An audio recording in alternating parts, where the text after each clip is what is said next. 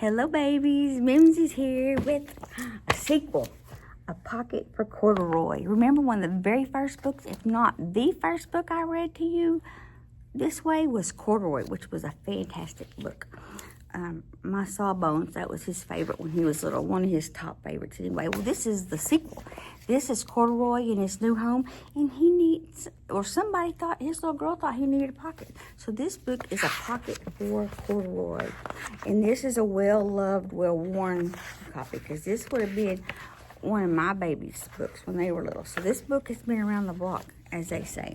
So let's get into it. Let me swing around here so we can look at all the fun pictures. You know, the pictures are just so much fun. So, late one summer afternoon, Lisa and her mother took their laundry to the laundromat. Lisa, that's the little girl's name. My brain just was not going to let that out. As always on such trips, Lisa carried along her toy bear, Corduroy.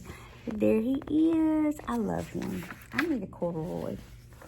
Ooh, laundromats. Mimzie's had to go to a laundromat before. It can be very overwhelming. The laundromat was a very busy place at this hour. Sure is. There's people all in there doing their laundry.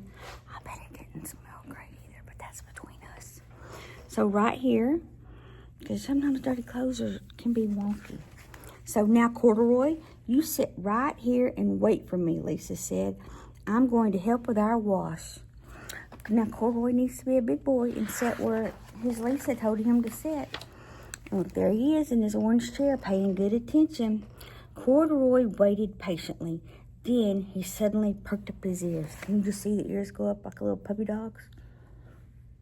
His ears were on red alert.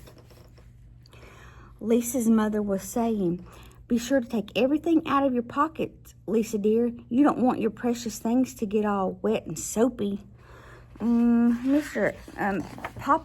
Papa needs to watch this one, because Papa is not good about taking stuff out of his pockets, and all the time I am finding nuts and bolts and screws and sometimes cash money in the washer and dryer that just falls out of Papa's wallets. But at my house, it's a rule.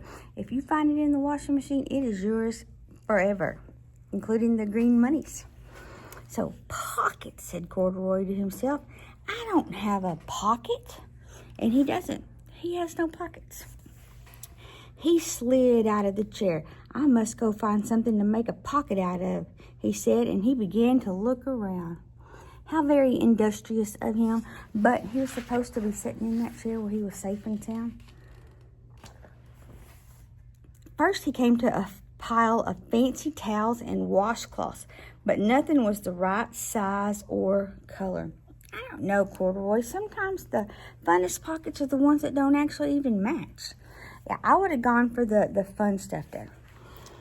Then he saw a huge stack of colorful clothes in a laundry bag. There ought to be something in there to make a pocket out of, he said. Ooh, did you just get an ominous feeling in your tummy? Because I got an ominous feeling in my tummy. Oh, it's worse. He's oh no, to Corduroy. This is not good, not good. Without hesitating, he climbed inside the bag, which was filled with pieces of wet laundry. The dampness didn't bother Corduroy in the least. This must be a cave, he said, sighing happily. I've always wanted to live in a dark, cool cave. Well, of course, he is a bear. Bears are well known to like caves. When the time came for Lisa to fetch her bear, he was gone. Doom, doom, doom. Oh, Mommy, she exclaimed.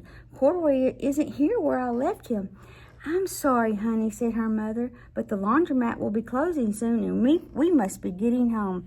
Mama doesn't have any time for this foolishness. She's been doing laundry in that crowded, busy place, and she is ready to go.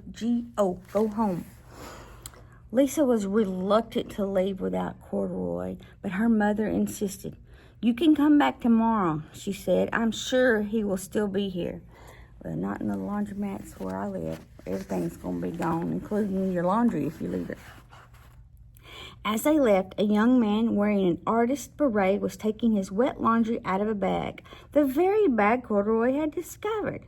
Before he knew it, Corduroy was being tossed together with all the sheets, shirts, shoes, and slacks. Oh no, they do not divide their laundry. That man is throwing it all in one dryer. inside the dryer. But just as the artist was shutting the glass door, Corduroy tumbled out onto the floor. Look at that face. He's like, he's very surprised to find Corduroy in his bag of laundry. How in thunder did that bear ever get mixed up with all my things? The artist wondered. Poor Corduroy was damp all over. The least I can do for him is to give his overalls a good drying, said the man thoughtfully. He unbuttoned Corduroy's shoulder straps and put his overalls in the dryer. That was very nice of him. Corduroy looks funny without his green overalls. That was nice of the artist guy with the beret. Corduroy grew dizzy as he watched the clothes spinning around, but the artist became inspired. This would make a wonderful painting, he said as he took a sketch pad out of his pocket and began drawing the swirling colors. I can hardly wait to get back to my studio. So that's inspiration. That's his inspiration. Okay, that's fine. Finally, the dryer stopped whirling and the man gathered up the clothes. Then he helped Corduroy put on his warm, dry overalls. Oh, and don't you like when stuff is warm and dry right out of the dryer? I do.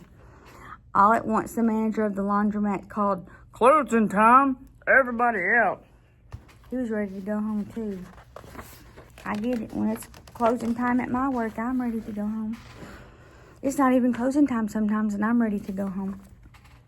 Corduroy was gently placed on top of a washing machine.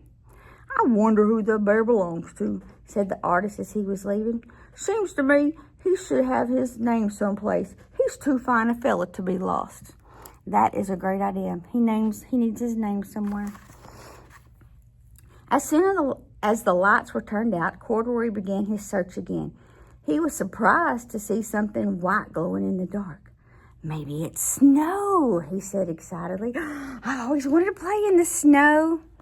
That doesn't look like snow to me. It's not snow. We know it's not snow. Kind of looks like it, but it's not. He accidentally tipped over the open-lidded box, and suddenly he was covered with soft, slippery soap flakes. Is that onomatopoeia? Gradually, Corduroy began to slip and slide. Alliteration. It's one of those.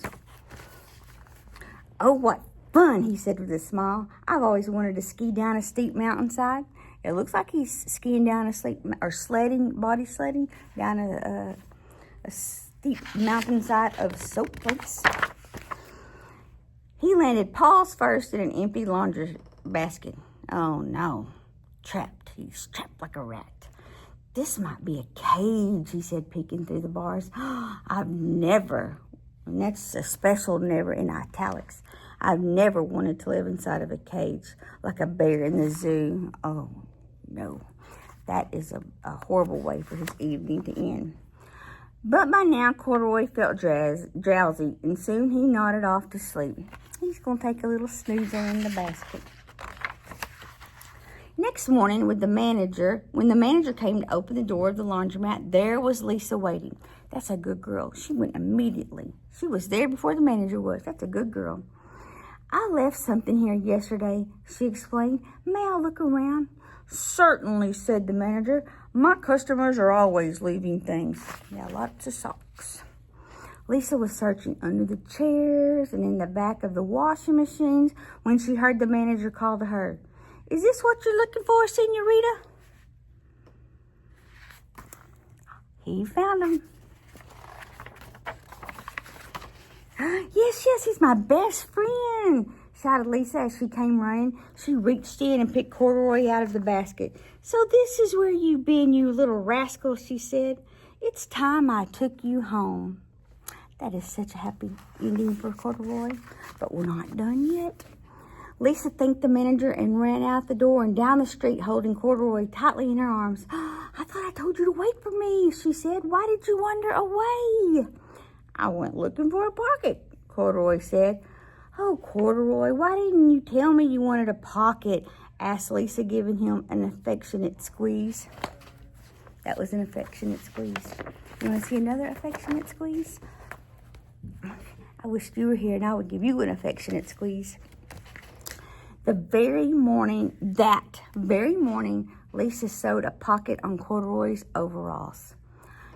And here is a card I've made with your name on it for you to keep tucked inside, she said. I've always wanted a purple pocket with my name tucked inside, said Corduroy as he and Lisa nuzzled noses. Look at that. Oh, it's Eskimo kisses. Oh, I don't think we're supposed to say that anymore. When I was a little girl, that's what we said. They just rubbed noses. They nuzzled. That is so sweet. And that is the end. And Corduroy got his pocket with his name on it tucked safely inside. That way, if he misplaces himself again, maybe they can get him back to Lisa as soon as possible without too much trouble. Guys, it's a great day, and Mimzie loves you.